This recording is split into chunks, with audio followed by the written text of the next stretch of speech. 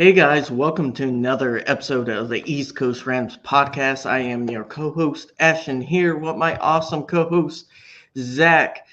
Zach, happy alternative uniform day, happy blackout day. I am dressed for the occasion. I don't have a black Rams t-shirt, but I do have a Doctor Strange t-shirt with a black hat. So I did as best as I could, Zach. How are you doing? A lot of news on this Monday. Woo. Yeah. Did you say on this Monday? It's I definitely am, Thursday. yeah. Oh man, that's how you Please can don't tell I've bring been working please for. don't bring me back to Monday. It's been a long work week, so I am ready to be on the pod, be ready to talk about some Rams and get to finally discuss these uniforms, which we have been talking about for just about a month now. I mean, realistically, we've been talking about it since the Modern Throwback was released. But now actually getting to talk about it now, I think it's gonna be fun. It's gonna be fun. How are you doing? Yeah. Lots of passion out there for these uniforms, I and mean, yeah, I mean, lots of it was gonna be debate. a love or hate relationship. It wasn't. It was definitely not going to be a. There was gonna be a lot of people who are gonna love it, and a lot of people are gonna hate it. I'm just ready for football. I miss this time of year. The team is just it's so fun to go through the roller coaster of the season with the team. So looking forward to it. All the highs and all the lows that comes with it. So Yep. All right. What do you want to talk about first? You want to talk about the jerseys? yeah, go ahead and put those bad boys up. So let's Let's talk remember. about these guys. So let's remember that these jerseys are only going to be worn one time this season, and I think one time the next two seasons. They're only going to be They're going to be worn at home for all of the rivalry teams against their quote unquote rival. So ours is against the Seattle Seahawks on November 16th. That is our home game. So that is when we will play it. Only weird thing, I think I told you guys this before, is that we'll show these in a minute, but we're going to be wearing these in the daytime. So let's take a peek at what these look like. All right, so here's Matthew Stafford, classy Matthew Stafford in his new rivalry midnight gear. Midnight mode, I guess is what they're calling it. What are your first thoughts? First off, I think you'll agree with me here. Guys, if you love these uniforms and you dig them, don't let anyone like rain on your parade. Enjoy it. Art and stuff like that. It's very opinionated. So, like, it's not a big deal if you like these, just like it's not a big deal if you don't like these. You can still wear your other jerseys, right? So, with all that said, you know me, Zach, and anyone who's kind of watched this podcast or listened to this podcast for a long time. I haven't been the biggest fan of the idea of a black jersey. Just not for me. I've had other kind of ones I would prefer. And midnight black, dark blue, whatever you want to call These it. are definitely blue, not black. Yeah, The jerseys are blue. Now the helmet looks really black. yeah. So for our audio only listeners, go ahead and go look them up if you haven't seen them. I'm sure you guys have. For the most part, even though it's not my thing, I really wish they didn't have the bright blue on the sides. I do dig the shoulder, like the reworked shoulder, the new bigger crescent horns on the side of the shoulders look really nice to me, and I hope they kind of carry that over to every jersey. And I do like the like darker because I believe the helmet is a little bit darker than jersey. I like the helmet being a little bit darker. I like how the yellow horns kind of pop more. I wish they did that for the rest of the yellow. Maybe it does. Again, maybe it does pop on live TV. And I care more about how these look on live TV than I do in still pictures.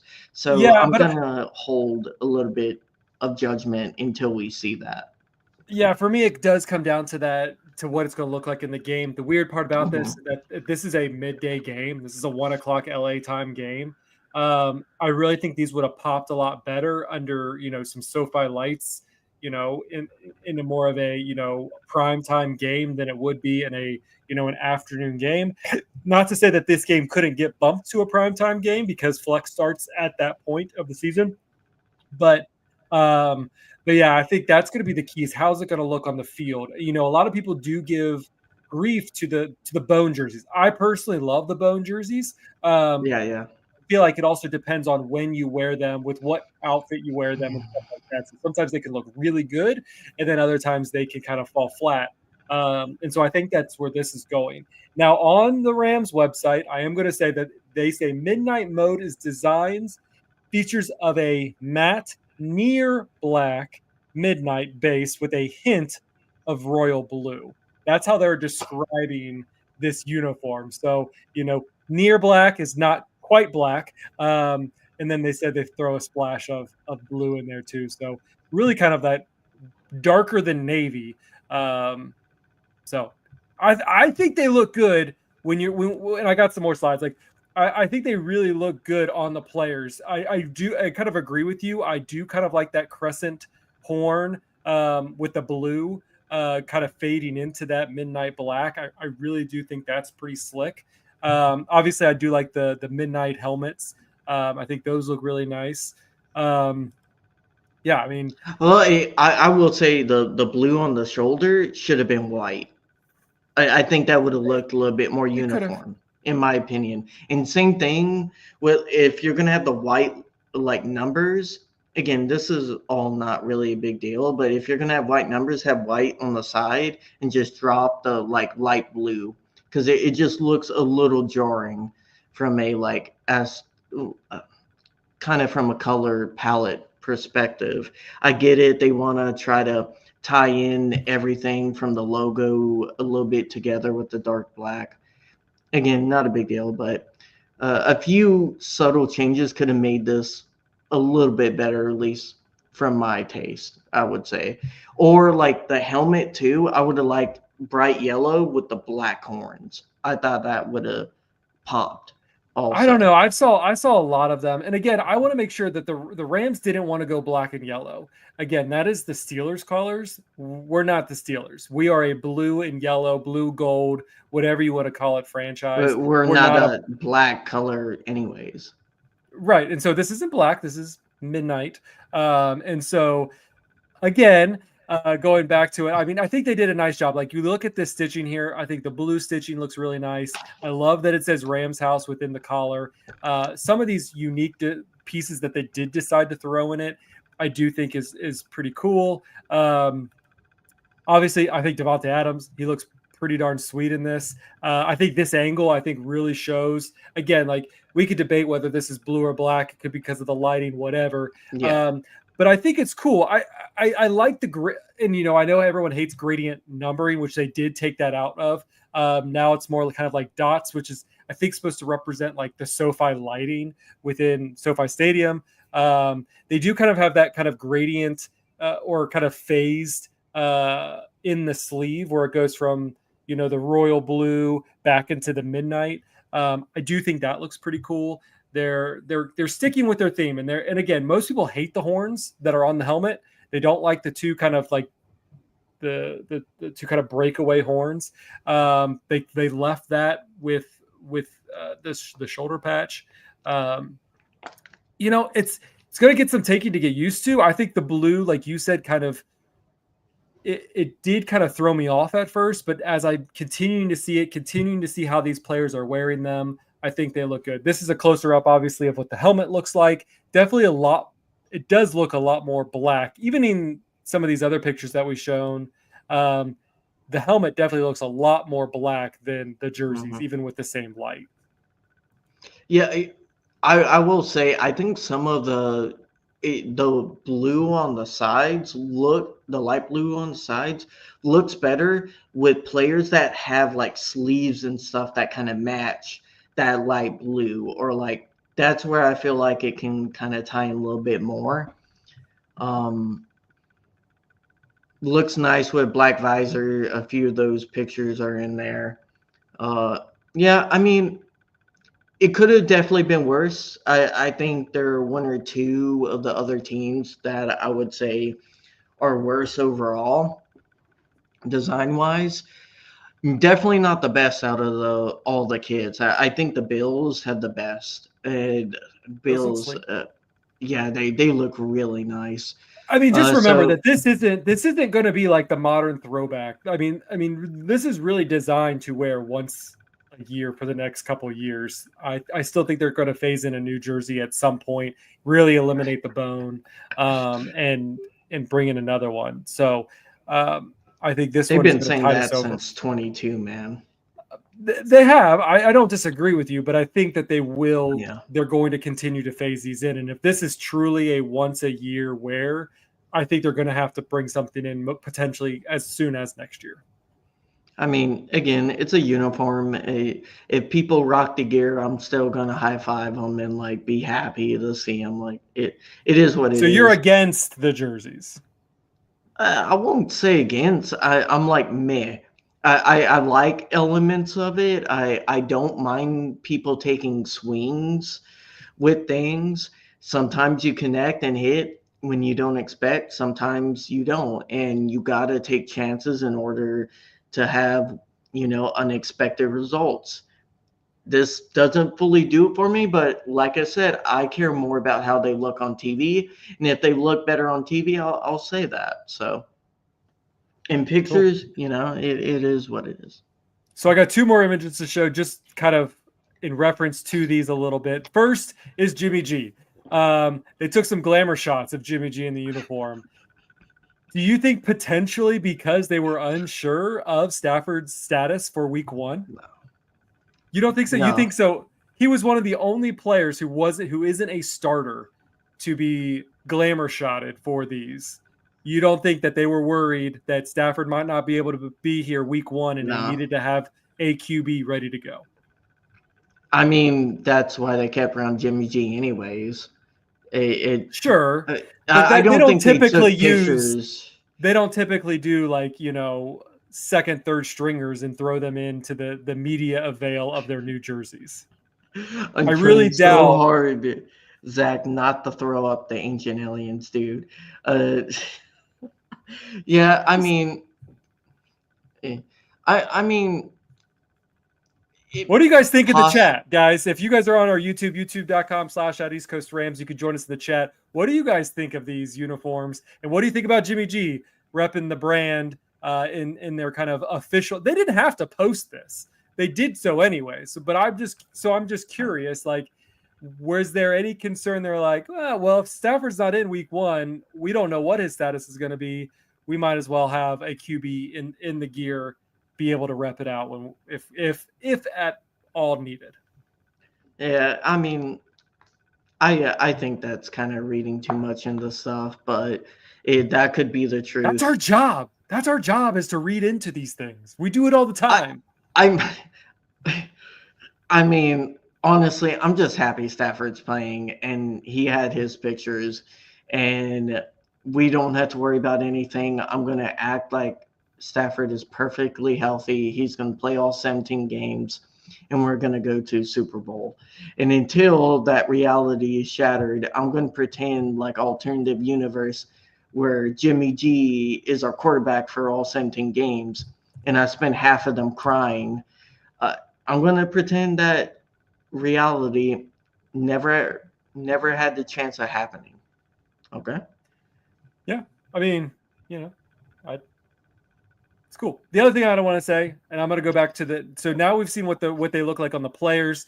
Let's look at some of the stuff that they put out for the fans. This is all the merchandise you can get. Ooh.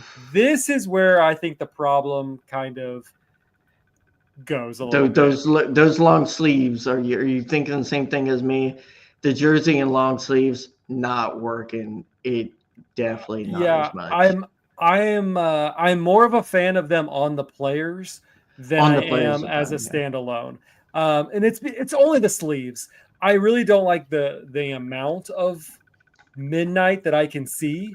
I also think that in all honesty, I always think that those sleeves are always way longer than they should be for the fan version. But like, if it literally was just like the hem was that midnight blue that it kind of faded into, I think this would have looked a lot better. What if it was all light blue on the sleeves? You think that would look better?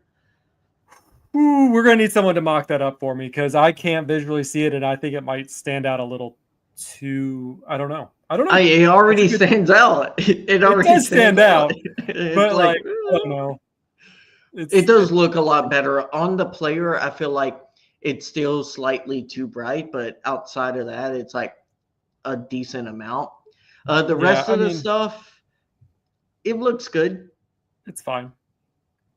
It's fine. I mean, all that stuff, like you look at it, that looks blue to you, right? Like what he's wearing, that looks more blue than black. I know I'm not trying to like, like really try to tell you that it is blue, but it is blue. Unless you remember that dress that was two different colors. You remember it was like the two different color dresses depending on what kind of eyes you have. It feels like that because is the CIA trying to test like if we can see certain levels of color or something? But probably. Yeah, I mean, I wish the jersey was closer to like where the hoodie is in this lighting. It might be in actual like stadium lighting, but yeah, I mean, you even look like in the guy in the back, he has more of a more navy or blue, and it does look still darker than even that. So again, until we get our hands on them, which is not even until what did I see? I could pull it up real quick. I think you can order them on the September 10th. Yeah, September 10th, I think it is. I meant to have that on the slide too, and I forgot. So yeah, if I get one, it's probably going to be either a Devontae Adams or a Verse. I think those I don't have either one of those. They're $190, so kind of pricey. That's the Nike Fusion version. Maybe they'll have one that's a more from Fanatics or something like that, but that was from the Nike website for the Fusion. Did they say if they're going to have a jersey shirt of this? No. Like just a T-shirt with the numbers on it? Yeah.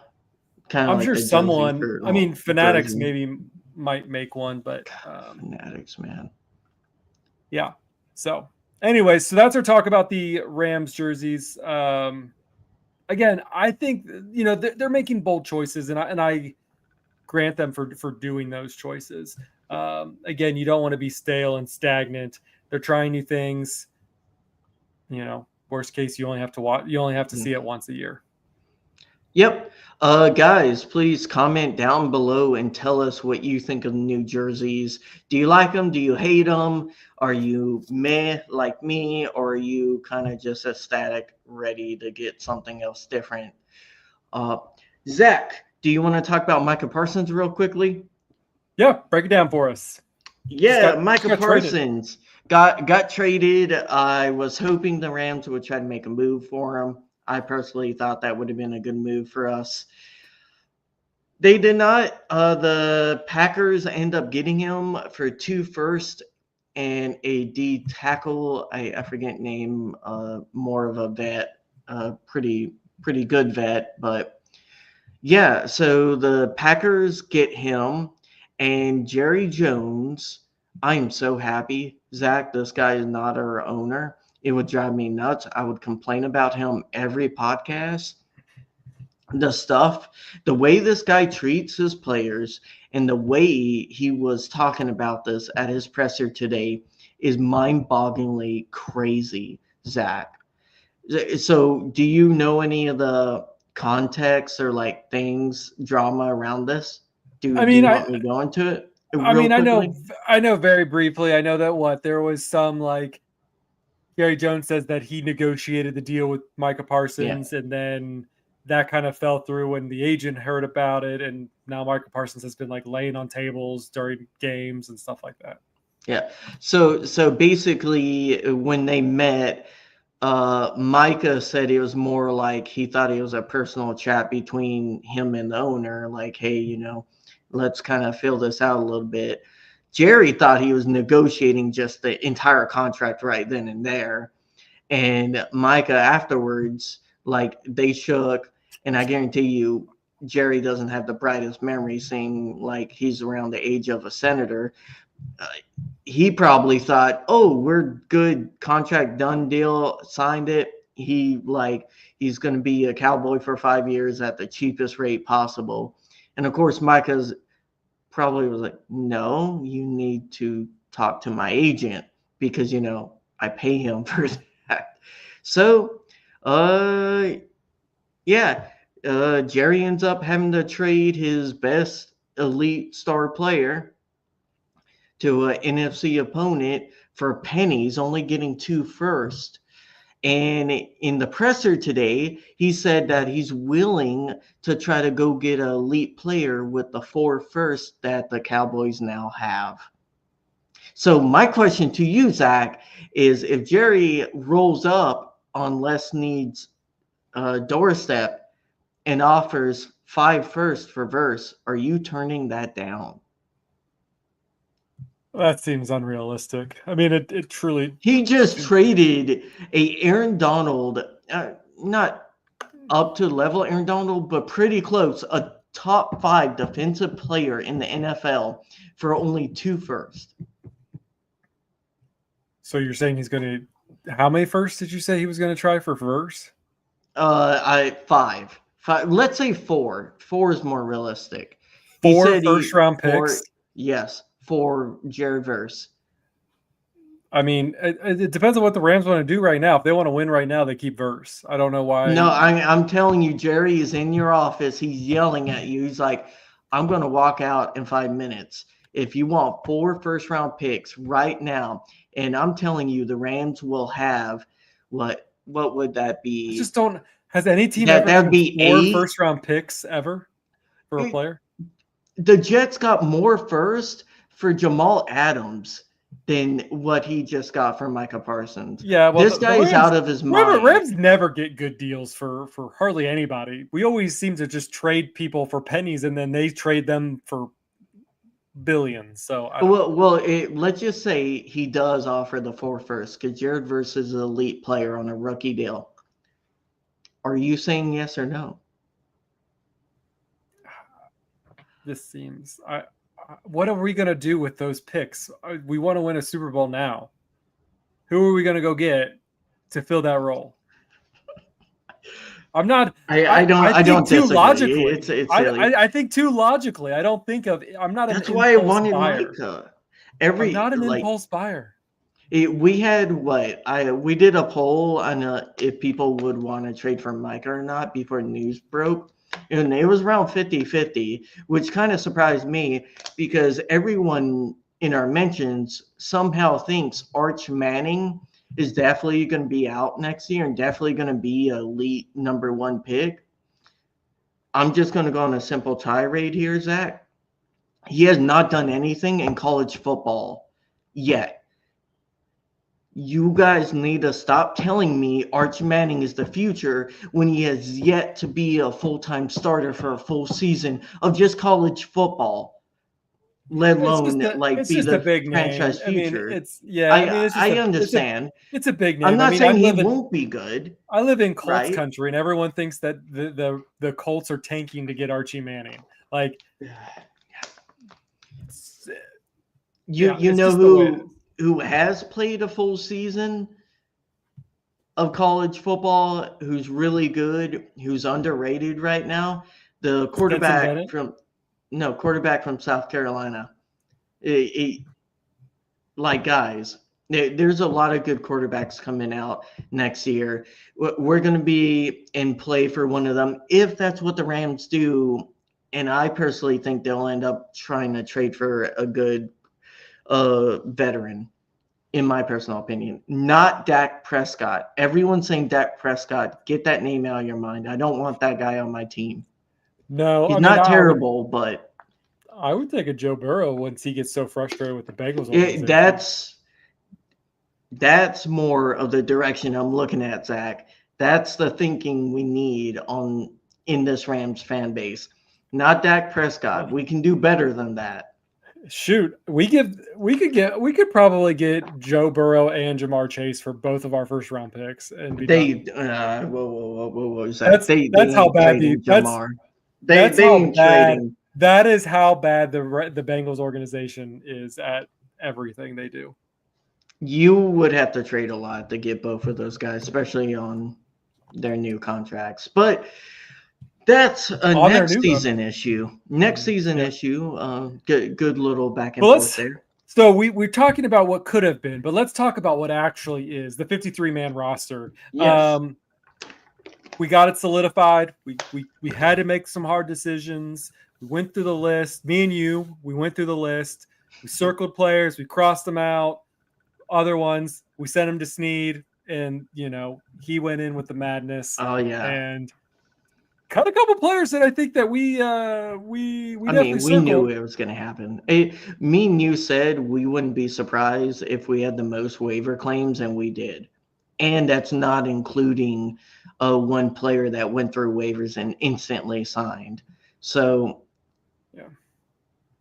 it was predictable. Like, we couldn't keep everyone we wanted. So it was just like choice there. And so let's talk about it. We'll start with the defense first, since that's kind of what we're alluding to. So we have the defensive line. We have 7 of those with Poona Ford, Kobe Turner, Brandon Fisk, Tyler Davis, Laurel Murchison, Deshaun Johnson, and Ty Hamilton. Anything that you want to talk about with that? That seems to be the pretty much who we thought that was going to be. Yeah, that list kind of makes sense. Outside linebacker, we have Jared Verse, Byron Young, Nick Hampton, and Josiah Stewart. Love the group. Should be really good. Good group there. What's your kind of reaction to them only taking 4 instead of 5? I think that they know what they have. I think that what they also see is that Deshaun Johnson also can play that kind of same defensive end position. He did play a few snaps in that, so I think that they're confident that defensive line can maybe shift a little bit for the outside linebacker spot. Yeah. And hopefully Nick Hampton has grown a little bit. I think it looks, for the most part, like for a D line, they have really raved about the growth of some of the depth pieces on D line that you mentioned earlier, like Deshaun Johnson. Of course, he had a good preseason. And then Tyler Davis, they have said he's on a other level, and even that he's going to get paid a bag for his second contract. So going back to Nick, we'll see. I haven't really heard as many like camp reports on Nick. So hopefully Hampton has continued growing. And I think a lot of people are kind of theorizing Deshaun Johnson also could kind of go on the outside if he had to. So kind of rotating back a little like Hoyt-ish role for Deshaun Johnson if he can do it. Hopefully not to the same level, because that was kind of painful. All right, so now our favorite position of the Rams. The Rams do their best at the inside linebacker spot. They never go wrong. They hit all of their targets. Boom, boom, boom, boom, boom. Obviously, we knew Nate Landman and Omar Spites. Those two were going to be the solidified starters for the Rams this season. But here comes the twist. You're both happy and sad at the same time because of the last two people. One, you should be happy because they did decide to keep on Sean Dolak. You've been a big proponent of him for weeks now, kind of showering the praise of him and for months, and showering the praise of what he's put on tape. But with the good news comes the bad news. I guess it depends on who you are, but Troy Reader is still on the team. Not that we never want anybody to lose their job. Obviously, that's not what we're trying to say. No. But I guess to us visually, we have not seen as much from Troy Reeder as apparently the Rams organization does, because they truly still believe in Troy Reeder. We can kind of go through that if you want, but what is your take on this? Obviously, that means that they had to move on from Chris Paul. So, what is your take on the inside linebacker? So someone also pointed this out on, I think it was Rams Talk Radio. Do you want to guess how many inside linebackers in the McVay era the Rams have kept after drafting? The amount. No. None. Just any guess. One. Ernest Jones. So it's one of those things where they don't invest heavily. We've talked about it. This is why I was kind of laughing the entire leading up to draft by people begging for Jihad Campbell, and I was just like, you guys know this front office. You know they do not want to invest that capital in that position, and credit to Sean Dolak, because this is a front office that will give undrafted guys the job when they earn it.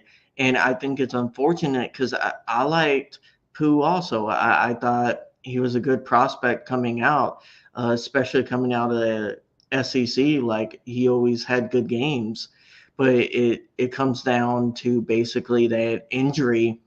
And when you're not getting tape out there, and the Rams, when they do see you, if you're not matching up to the same level, Dolak won that job. And it sounds like from some of the insider reports, that actively, Dolak was just outplaying him on top of the injury stuff. Now, he could have been playing bad because of the injury. I definitely could see that. It sucks. I wish we could have kept both of them, honestly. But I get it. Having rookies on the special teams, that can hurt the overall. And they feel like for winning this season, Reeder was the best choice, especially in all three phases. I would have had a different calculation, but my job isn't on the line. And that's where, I feel like some fans just make a judgment and don't realize these guys can get fired if they make the wrong choice enough. And then on top of that, guys, chill. You're allowed to disagree with the team if they make a roster move. The same people who want to scream you're not the GM, you're not the GM. You're also the first one to complain when a play doesn't work. You're not the coach. So let's kind of calm down with that. I feel like some people get defensive of the team. You can be critical to a realistic point. The team isn't perfect, just like me and you aren't perfect. We're going to have bad takes, but we try our best to be level-headed and balance each other out with realistic points of view.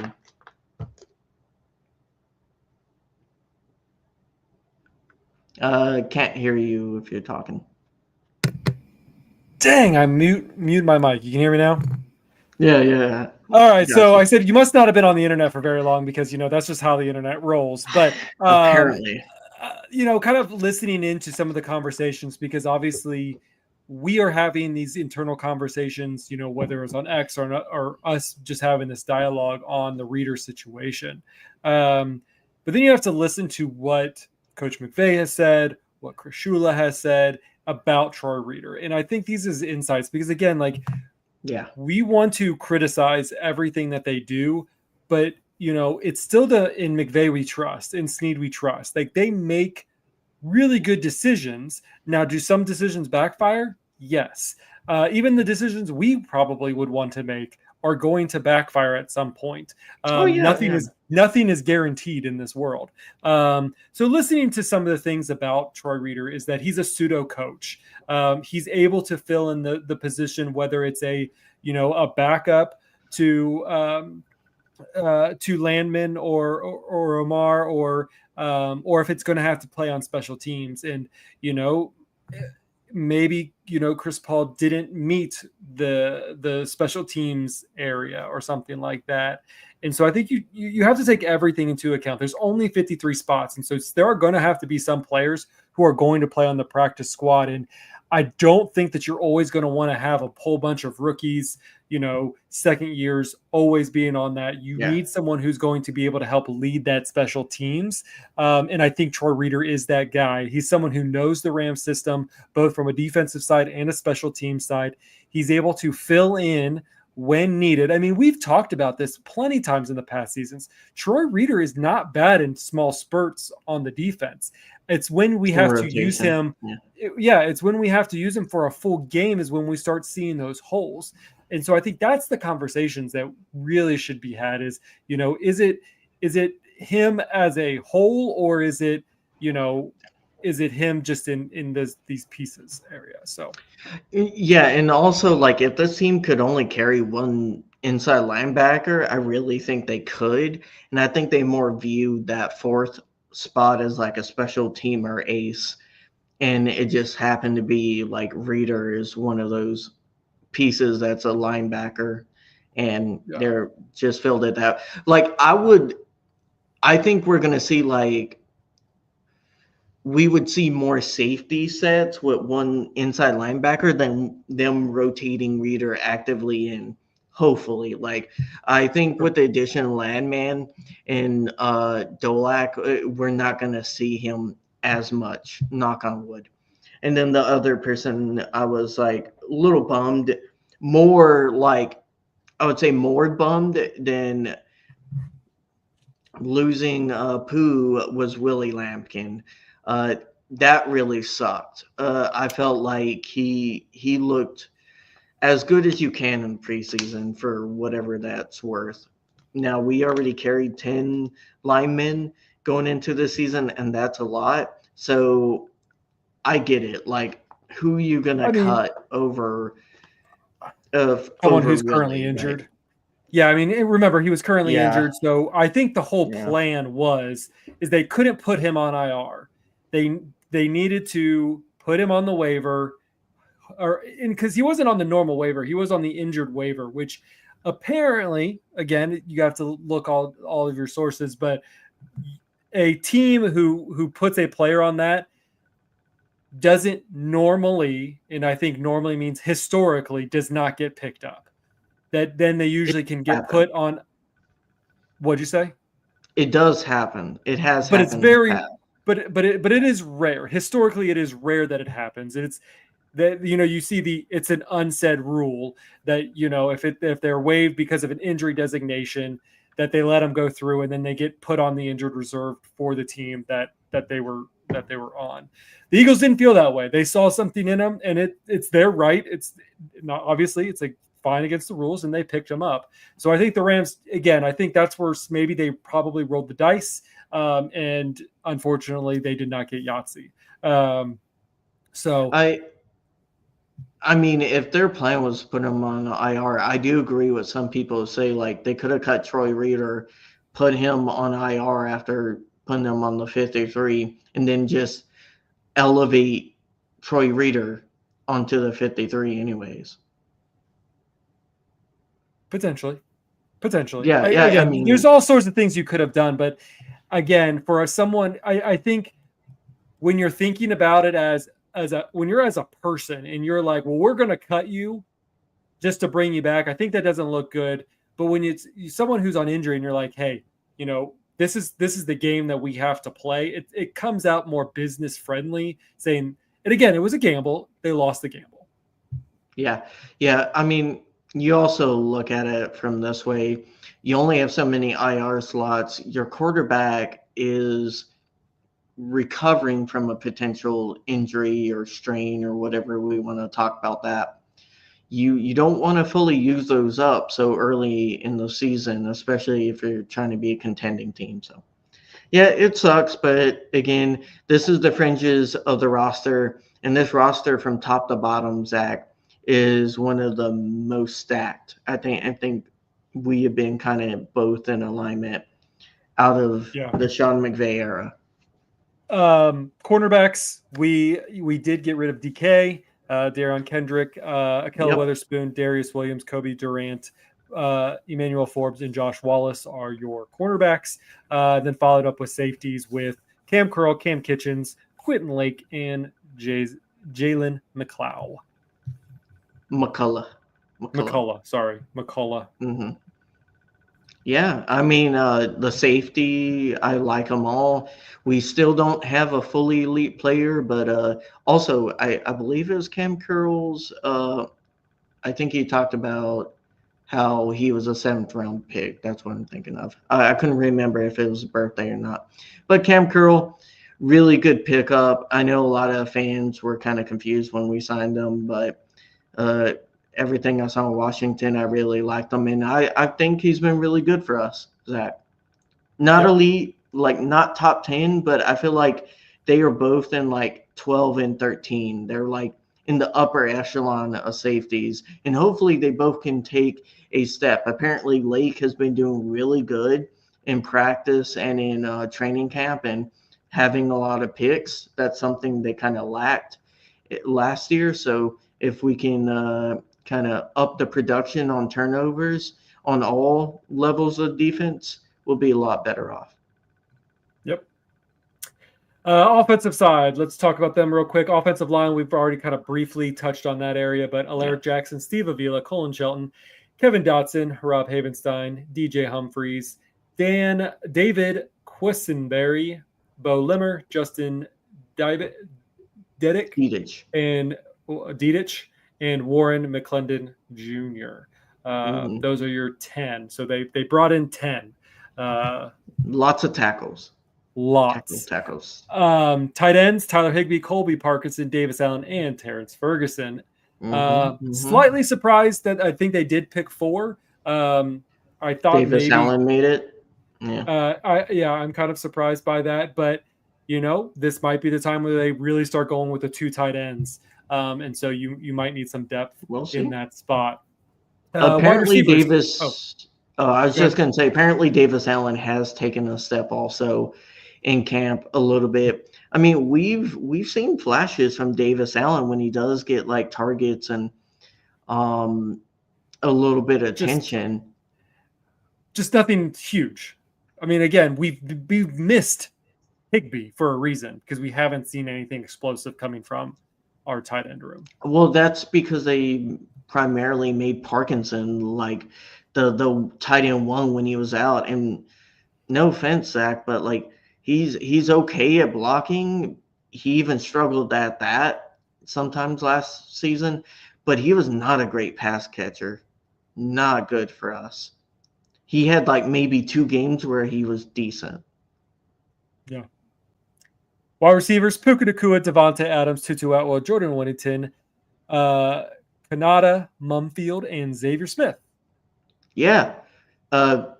Deepest 6 wide receivers we've had in McVay era. Definitely. I have a lot of faith in all those guys. Mumfield is the only. Sorry, go ahead. I was just going to say, Mumfield is the only one where like he was shaky at moments, but you can definitely see the burst and like the ability to get open with his routes. So hopefully he can put together kind of like the yips of playing in the NFL. Most definitely. I 100% agree. This is a stacked roster, I think, that they've had, like you said, in the McVay era.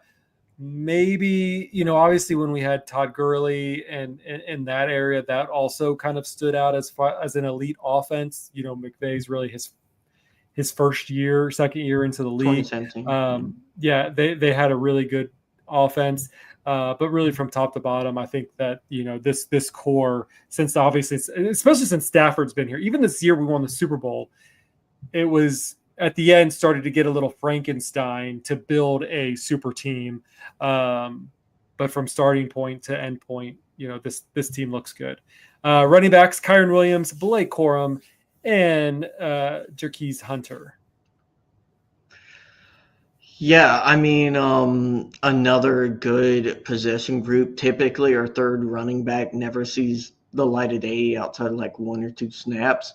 I think that's going to be a lot different this year. There's been some reporting that they're going to try to more split Kyron's workload evenly, especially with Corm. I'll believe it when I see it. They have said that since 2017, practically. Well, I guess since 2019, practically, and have not done that. The only time they ever did that was in 22 until like Kyron kind of emerged in Yeah. 23. Yeah. I mean, the one thing that I will say, like, obviously Cody Schrader, he had a lot of good tape that he did in the preseason. Kind of surprised no one wanted to pick him up off the waiver line, but I'm glad that he was able to make it onto the practice squad. We had a couple of those players, just kind of looking at them. Brendan Presley with the wide receiver room. Obviously, Edwards. Ronnie Rivers, obviously he was our third RB. He will stay with the Rams. AJ Green, obviously in the cornerback spot, he's more of a veteran's presence, but again, still sticking around with the team. There's a bunch of them that it's good that they were able to stick around. Solid practice squad depth, and we'll have a lot of guys going up and down like normally you see in the season. The last 3 slots are very transient, so to say. But for the most part, I think this is going to be a fun team to watch. Apparently, they've been very explosive on offense and defense for most of the last 2 or 3 weeks practicing. Really good to hear that, Zach. Outside of today, apparently they had a lot of execution issues, especially with the O-line. So if we can get that stuff ready, and it was only today, and we can get back to that high-level execution. And just to mention it, the third preseason game, that was the biggest issue, was a lot of execution problems. If we can avoid that, like most Sean McVay teams, play clean football, all 3 phases, this team's going to be really good and really fun to watch. Yep. And if you guys were worried, Matthew Stafford did make the 53 roster, him, Jimmy Garoppolo, and You mean his clone. Yes, Stafford's clone. Is he going to be called by Matt Stafford this time? Is that his clone name? Maddie Stafford. So on top of the 53-man roster, the Rams today on top of the jersey reveal named their 2025 season captains. No surprise, quarterback Matthew Stafford is amongst them with Rob Havenstein, and the only St. Louis Ram remaining, running back Kyron Williams. From the defensive side, they have Kobe Turner, Nate Landman, which I thought was an interesting, and safety Quentin Lake. And then Ethan Evans was this special teams team captain. Thoughts? I did think having Nate Landman as a team captain coming in, I thought was a bold choice for the defensive side. I mean, from everything we have heard coming out of camp, Landman is a star and going to be a great player. I'm going to wait and see, and I'm interested to kind of get a sense of if that's true or not. But they have said that the run defense is a lot more improved. I think Landman being there potentially can help out a lot with that. Some of the depth pieces have got better, and then we got Puna forward. So if you look at, like, they try to address it from most of the areas outside of, like, cornerback with helping stop the run. So, yeah, if Landman keeps on producing and, like, is elite, that'll be very, very welcome surprise, Zach, and a quality pickup if that is true. Because that linebacking unit until, like, week 12, ooh, man, me and you, that it wasn't pretty to watch. outside of week one, I remember because we talked about this, Zach, because Roseboom and Reader had a solid game week one, even given all the injuries. And we were like, man, if they continue doing that, we might be on to something here. We're like, we doubt they continue to do that because we have watched those guys play a lot of football, and they continue to not do that. And that's why they brought in Landman. Yep. Looking forward to it. Looking forward to it.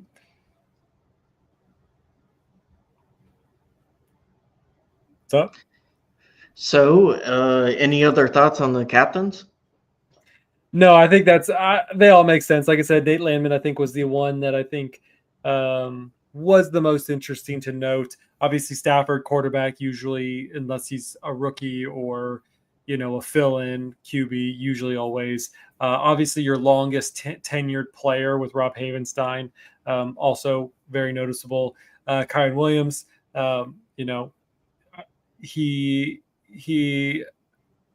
has so much potential. He's liked by everybody.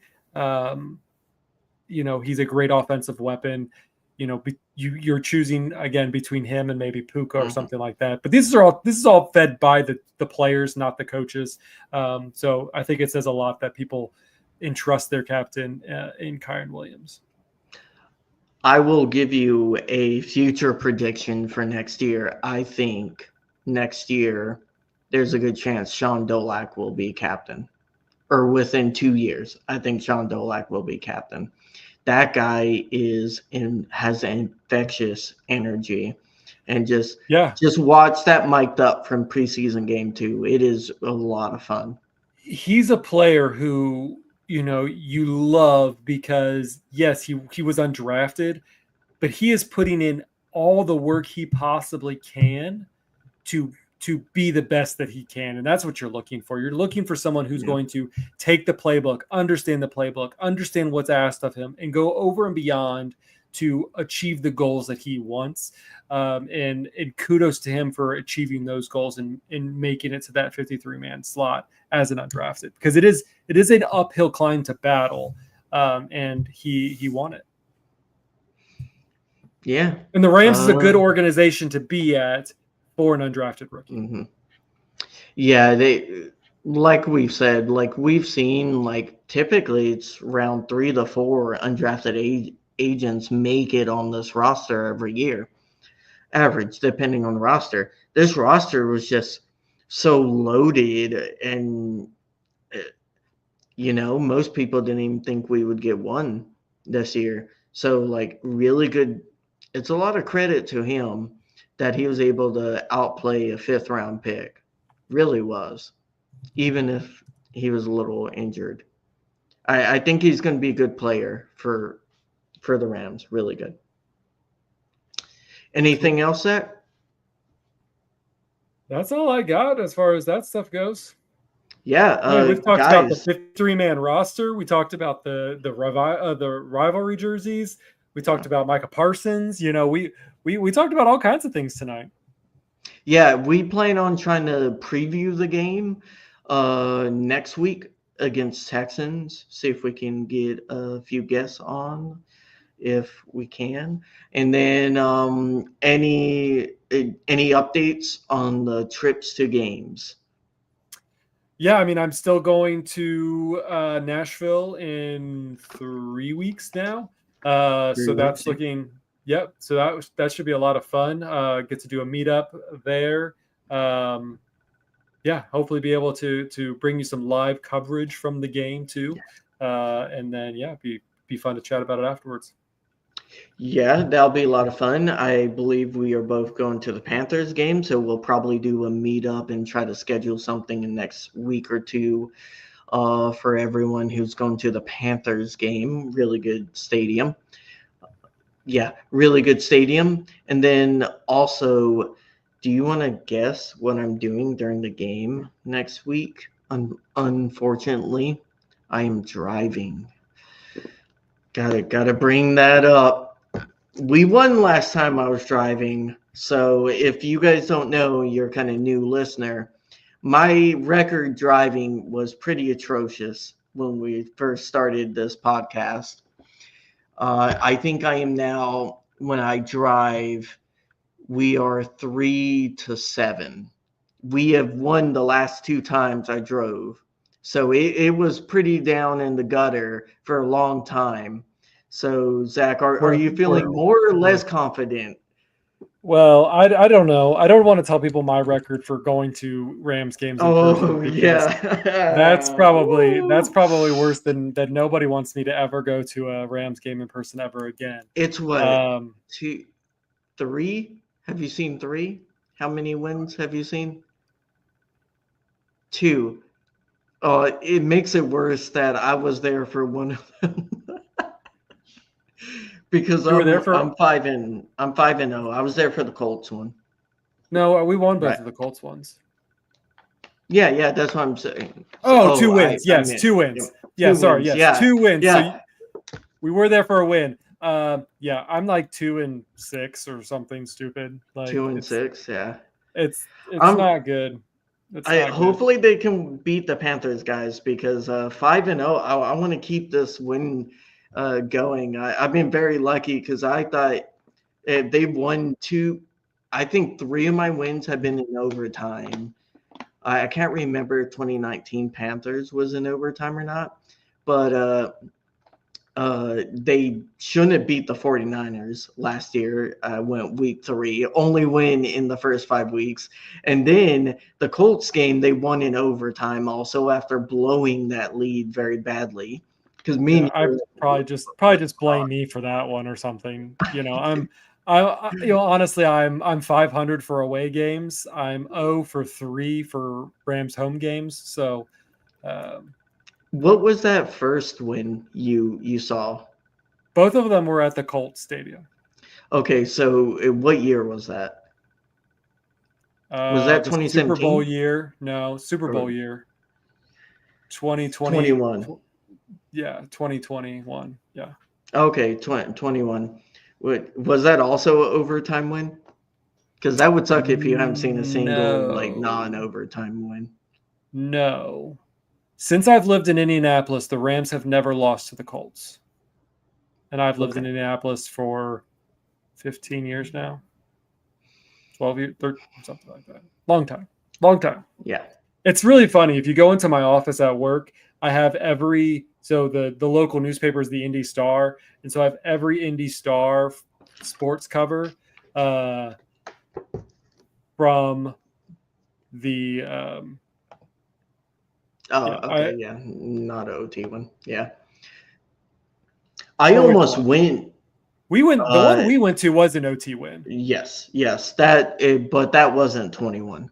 That was 23, right? I almost went to that Ravens game, the crazy one that did go to OT. And that would have been a sucky one to lose my win streak on because they should have won that game against the Ravens, and to lose it on a punt return is a brutal way to lose a game. But happy I was not able to go. But we'll see. I should be able to go 2 or 3 games, so I'll try to keep it up for the Ramley. And me and Zach being at Panthers will like even out the juju's there, so it shouldn't be too bad energy. I don't know what causes it, Zach. Bad luck. You got to. The new black jersey is going to be more lucky for you, Zach. That's what it is. Well, so Gotta choose different colors. my luckiest jersey is my Bone jersey from or it's my Cooper Cup jerseys. So I got to figure something else out because I can't wear my Stafford jerseys anymore because every time I do, he seems to get injured. So, but was that the Bengals game in 22 that they lost? They No, lost that the he got Bengals. injured in. Are you talking about watching the game? Yeah, Okay, watching I the got game you. in general. Yeah, definitely don't wear it then. Yeah. So Oh not my going to wear my gosh. Stafford jersey. All right. Well, anything else? No, man. It's what we got a week and a half almost. So Like exciting. it's Football less is than going double to be digits. back. Less than double digits. Yeah. So All right. Well, yeah, the can't wait for the Rams to come back and have a great season this year. But with that, yeah, if you guys are just now joining us, make sure you guys go back and watch all of our coverage about the Rams jerseys and the 53-man rosters. So yeah, super excited. Can't wait. It's gonna be a lot of fun for this season. Can't wait. Can't wait. Yeah, we're gonna blow the doors off of the Texans. We're gonna do great, great. And you say I'm the negative one, Zach. Doing great this year. Yin yang, the yin and the yang. All right, well, everyone, thank you guys for watching us live. You can find us always live, youtube.com/@EastCoastRams. We also are doing the live videos on X as well. So you can find us on both those platforms. But didn't get a chance to watch us live? Well, that's no big deal because you can catch us on demand on YouTube, or you can find us on Spotify, Apple Music, wherever you get your podcasts for your listening pleasure. For everything else, you can go visit us on all of our social media accounts on X @East Coast Rams, on Threads, Instagram @East Coast Rams Pod, and you can find us on Blue Sky by just searching for East Coast Rams. With that is Ashton. I am Zach. You can find our handles down below, and we will catch you guys next time. Whose house? Rams house.